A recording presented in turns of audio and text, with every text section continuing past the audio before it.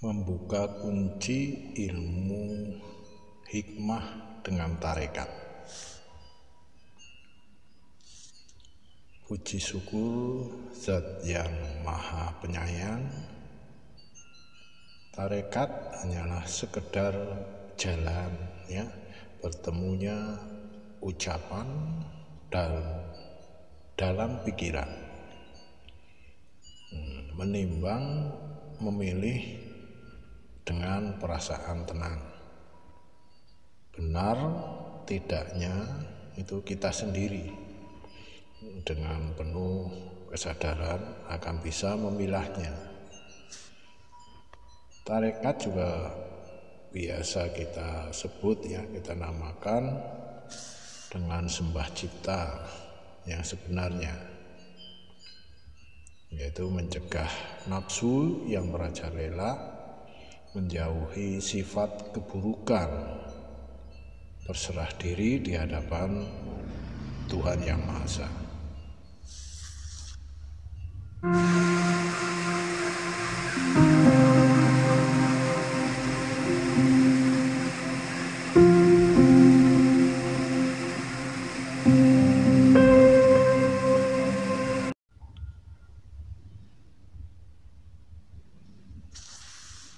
Bismillah, walhamdulillah, wassalatu wassalamu ala rasulillah. Sobat Kolbun yang dirahmati Allah Subhanahu wa Ta'ala, semoga kebahagiaan, kesehatan, dan rezeki berlimpah singgah di hari ini pada sobat-sobat sekalian. Sholawat serta salam marilah selalu kita aturkan kepada junjungan kita Nabi Agung Nabi Muhammad Sallallahu Alaihi Wasallam.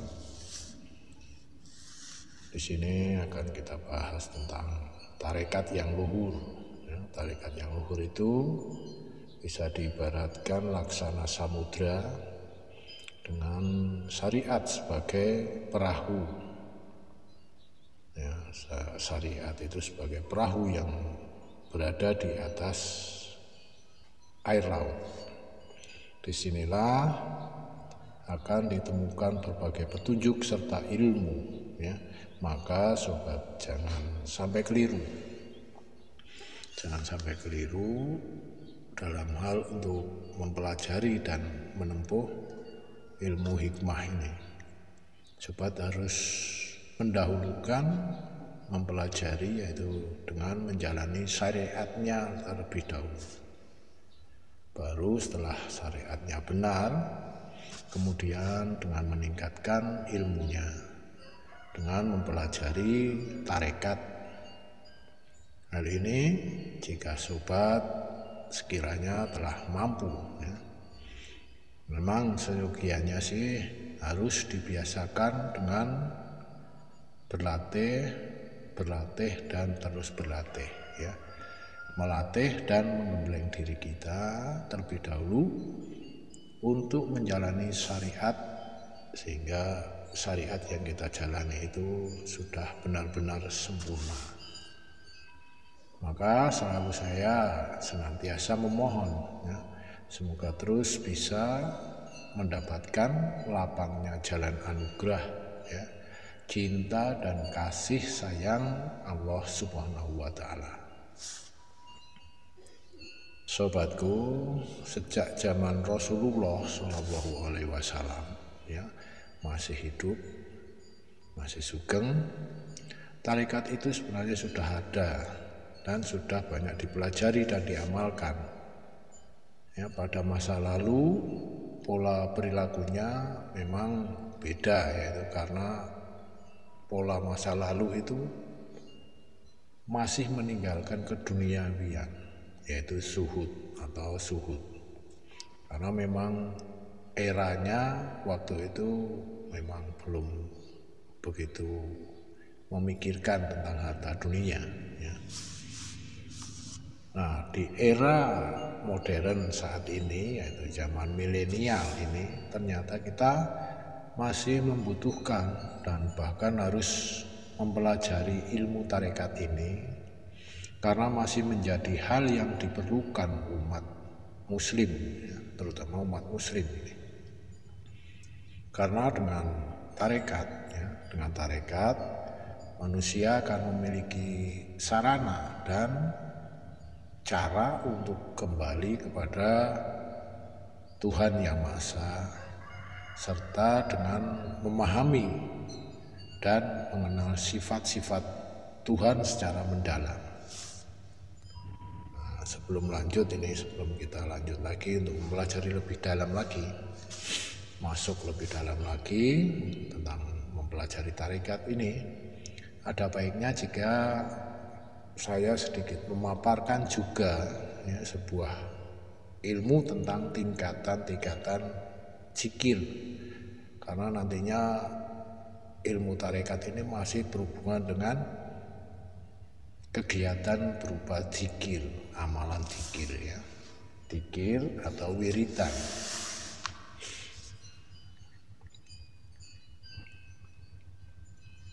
Seorang sufi yang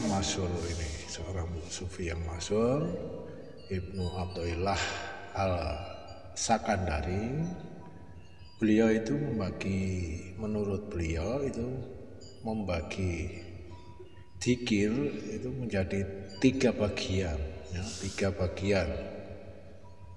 Yang pertama itu beliau menyebut dengan zikir jali.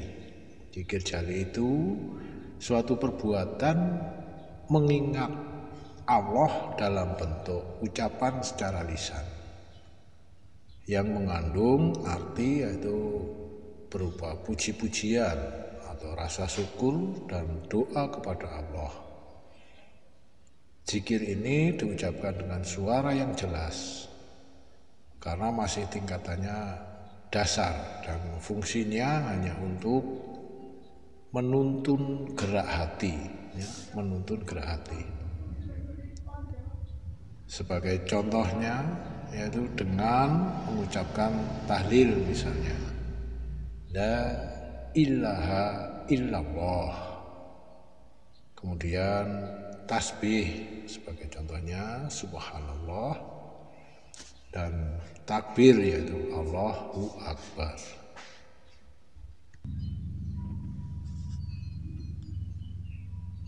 Bisa juga dengan membaca Al-Quran dan doa-doa lainnya.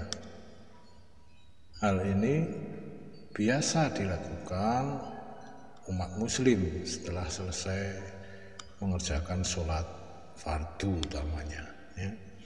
Karena zikir ini yang sifatnya untuk menggerakkan hati ya, menggerakkan hati kita agar selalu terhubung dengan Yang Maha Kuasa ya, Sang Kholik. Zikir ini bersifat rutinitas saja ya, yang belum memasuki ranah supranatural, karena sifatnya hanya untuk menggerakkan hati kita agar dapat selalu terhubung dengan Sang Pencipta ya. Fungsinya seperti itu. Kemudian yang kedua, beliau menyebut dengan zikir kafi ya, zikir kafi. Pada tingkat kedua ini ya, harus dilakukan secara khusyuk. Zikir yang dilakukan dengan khusyuk, dengan mengingat Allah hingga terasakan masuk ke dalam hati kita, baik itu zikir yang secara lisan ataupun secara batiniah ya, dengan tidak bersuara ya. Orang yang sudah mampu melakukan zikir seperti ini, hatinya akan merasa selalu memiliki hubungan dengan Allah Subhanahu wa Ta'ala. Tentunya sudah begitu ada getaran ya di dalam hatinya, terasa sekali getaran tersebut, dan ia akan selalu merasakan adanya kehadiran Allah Subhanahu wa Ta'ala kapan dan dimanapun saja berada, sehingga dia akan selalu mengagungkan asmanya dan selalu berusaha untuk menjauhi segala-segala apa-apa yang dilarang Allah ya. Seorang sufi ya, ketika melihat sesuatu benda, apa saja itu, yang dilihatnya bukan dari wujud atau bentuk benda tersebut, tapi melainkan di sisi lain itu dia melihat Allah Ta'ala ada di situ. Nah, artinya apa? Ini bukan berarti benda itu adalah Allah, kemudian dianggap benda itu Allah, bukan. Jangan salah persepsi dulu ya, jangan salah persepsi dulu. Yang dilihat seorang sufi itu setiap benda yang ada di dunia ini adalah ciptaannya ya, hasil karya dari sang pencipta, yaitu Allah Azza wa Jalla. Itulah pandangan dari seorang sufi, jauh ya, yang jauh melampaui pandangan mata orang-orang awam ya. Ia juga bisa melihat dari sudut lain, melihat bukan saja benda itu tapi juga kesadarannya akan ciptaan Allah ya. Kesadaran dia akan suatu ciptaan Allah, itu bentuk benda apa saja yang berada di muka bumi ini ya. Nah, untuk yang ketiga ini, zikir yang ketiga ini adalah zikir hakiki ya. Zikir yang dilakukan oleh seluruh jiwa raga kita, kapan saja dan di mana saja, seiring dengan berhembusnya keluar masuknya nafas dari hidung maupun mulut kita ya, dengan memperketat upaya untuk memelihara ya, untuk memelihara seluruh jiwa raga dari larangan-larangan Allah, kemudian mengerjakan apa yang diperintahkan oleh Allah. Itulah zikir jiwa raga ya, zikir hakiki. Untuk bisa mencapai ilmu supranatural secara benar dan bisa dibuktikan akan hasilnya, seseorang ritualis harus bisa memahami segala isi ilmu yang terkandung di dalam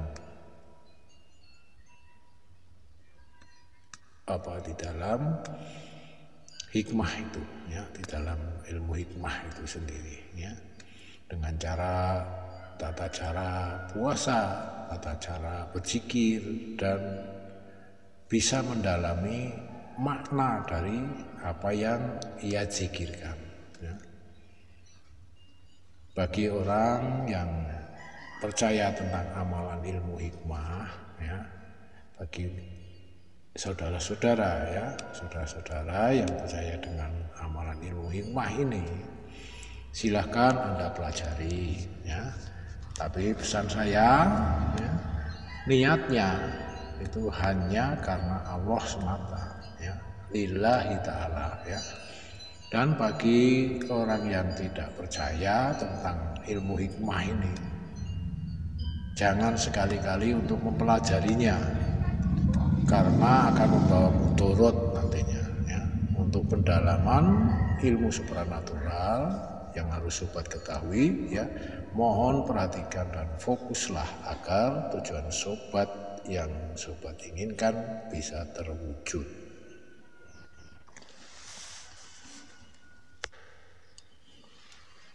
Yang pertama yang harus sobat amalkan ya, persiapkan diri. Itu persiapan diri itu penting ya. Kemudian niat yang kuat dan selalu istiqomah, sabar serta ikhlas, harus itu prinsip yang harus dimiliki ya. Kemudian yang kedua, persiapkan tempatnya. Yang dimaksud tempat itu nantinya sobat harus ada tempat khusus ya, tempat khusus utamanya ya tentunya tempat yang tenang, tempat yang bisa menambah konsentrasi ketika Anda melakukan zikir ya. Karena tempat ini sangat berpengaruh untuk hasil maksimal ya. Kemudian yang ketiga, tentunya badan kita harus suci, baik suci dari hadas kecil maupun suci dari hadas besar, suci pakaian yang kita gunakan. Kemudian tempatnya kita harus juga suci ya. Selanjutnya yang keempat itu berpuasa sunnah ya, selama 7 hari. Yang utama puasanya itu tidak boleh makan makanan yang bernyawa selama 7 hari tersebut. Proses menjalani puasa tersebut itu sama seperti ketika kita melakukan puasa Ramadan ya. Cuma tidak diperbolehkan memakan makanan yang bernyawa ya, seperti telur, ikan maupun daging-dagingan ya. Kemudian yang kelima selama menjalani puasa ya, kerjakan amalan wirid tersebut atau zikir ya, setelah sholat fardu tentunya. Yang utama, zikir yang utama itu bacalah la ilaha illallah sebanyak 300 kali bacaan ya. Lakukan dengan istiqomah, ikhlas serta lillahi ta'ala ya. Kemudian yang keenam ini, kerjakan sholat tahajud 4 rakaat dengan cara ya 2 rakaat kemudian salam ya. Cara pelaksanaannya ini bisa saya gambarkan di sini caranya. Pada rakaat pertama ya,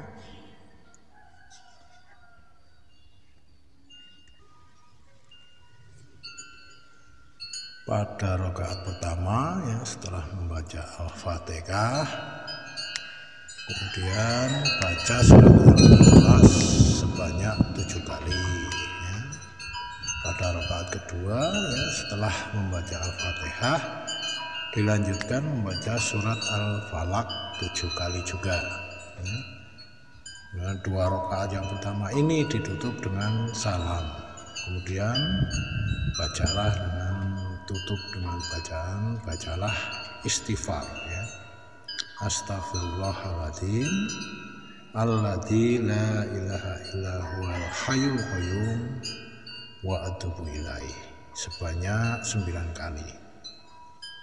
Lalu baca la haula wala quwata illa billahil aliyil azim ya. Setelah itu berdiri kembali untuk melakukan sholat tahajud ya, kembali 2 rakaat yang kedua ya. Caranya sama dengan sholat tahajud yang pertama tadi, sama. Setelah selesai sholat tahajudnya dilanjutkan dengan sholat witir sebanyak ya 3 rakaat ya, dengan 2 salam, yaitu 2 rakaat kemudian salam dan 1 rakaat kemudian salam.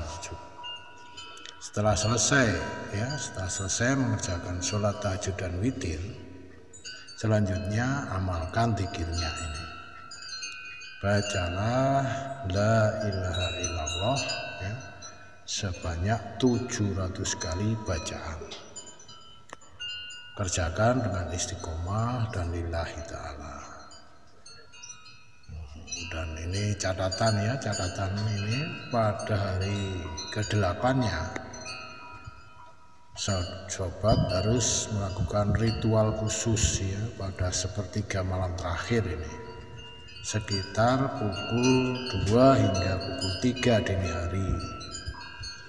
Kerjakan sholat tahajud 2 rakaat ya, kemudian membaca ayat kursi sebanyak 3 kali. Dilanjutkan berzikir la ilaha illallah